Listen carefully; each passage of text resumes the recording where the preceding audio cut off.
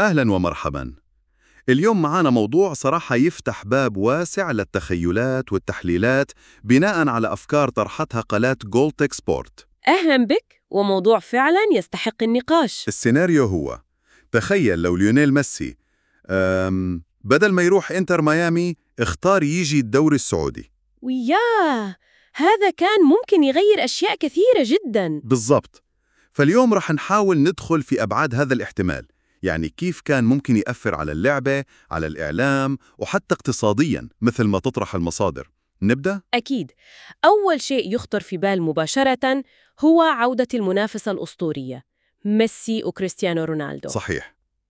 لكن هذه المرة الملعب مختلف تماما، مو في إسبانيا، هنا في السعودية، في الرياض أو جدة. وهذه بحد ذاتها نقطة تحول، يعني كلاسيكو جديد بصبغة سعودية.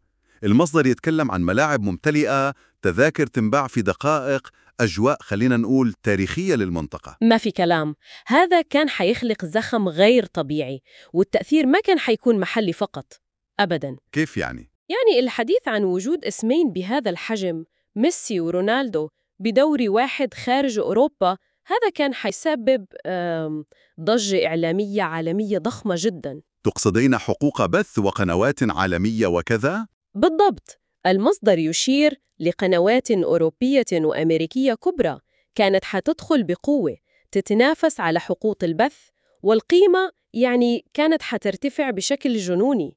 يمكن نتكلم عن أرقام مضاعفة للي نشوفه الآن. يعني الكرة السعودية كانت حتكون تحت المجهر العالمي 24 ساعة.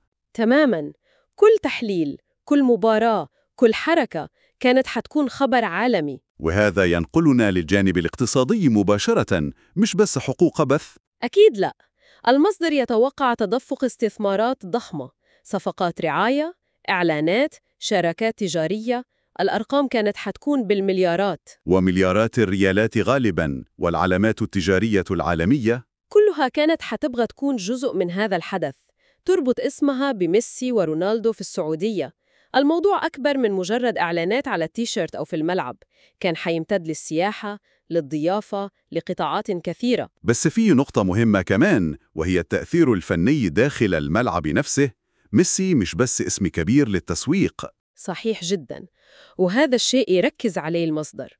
وجود لاعب بإمكانيات ميسي يعني ثورة فنية، طريقة لعبه، رؤيته، تمريراته الحاسمة، حتى تحركاته بدون كرة. هذا كله كان حينعكس على زملائه بالفريق. أكيد، وعلى المنافسين كمان.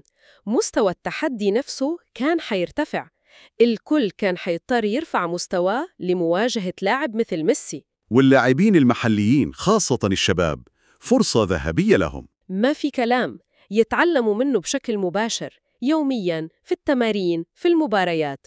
هذا احتكاك يطور أي لاعب بشكل هائل، وممكن كان يغير نظرة الأندية العالمية للاعب السعودي. وحتى للأندية السعودية نفسها كمؤسسات قادرة تجذب النجوم العالميين. صحيح، وهذا يمكن كان يفتح الباب لنجوم تانيين. يعني قرار ميسي لو حصل كان ممكن يكون مثل الشرارة. مثل تأثير الدومينو. تقريباً. المصدر يلمح إنه لاعبين كبار تانيين يمكن كانوا مترددين، كانوا حيفكروا بالعرض السعودي بجدية أكبر بكتير. وجود ميسي ورونالدو مع بعض هذا عامل جذب لا يقاوم. كان ممكن نشوف موجة ثانية من الانتقالات الكبرى. وارد جداً. لكن في الواقع ميسي اختار طريق ثاني، راح إنتر ميامي. المصدر كمان يتطرق لأسباب محتملة لهذا الاختيار. إيه، مثل البحث عن حياة أهدى، يمكن ضغط أقل مقارنة بأوروبا أو حتى السعودية نفسها. وفي جانب تاني اللي هو الرؤية الطويلة الأمد مع النادي، والشراكة مع أبل، ومشروع كأس العالم 2026 بأمريكا. كلها أسباب منطقية طبعاً. أكيد، لكن المهم، وهذا اللي المصدر يأكد عليه، إنه عدم مجيء ميسي ما يعني أبداً إنه الطموح السعودي توقف. لا طبعاً. صفقة رونالدو كانت البداية، والدوري بعدها أثبت إنه قادر يجذب أسماء كبيرة ثانية. فالنمو مستمر والاستثمار موجود. يمكن ميسي ما جاء هالمرة، لكن المستقبل لسه مفتوح. فعلاً. ومجرد تخيل هذا السيناريو حتى لو ما صار يوضح لنا قديش كرة القدم لعبة مجنونة ومليئة بالمفاجآت، وقادرة تغير موازين كثيرة. تماماً، الشغف العالمي فيها وإمكانياتها الاقتصادية والإعلامية الهائلة، انتقال لاعب واحد ممكن يعيد تشكيل خريطة كاملة. وهذا يتركنا مع سؤال أخير للتفكير فيه، بعيداً عن قصة ميسي بالتحديد. تفضل. كيف تشوفين هذا الصعود المتزايد لدوريات خارج أوروبا وقدرتها تجذب هالنجوم الكبار؟ هل هو فعلاً بداية تغيير لخريطة القوة في كرة القدم العالمية بعيداً عن أوروبا؟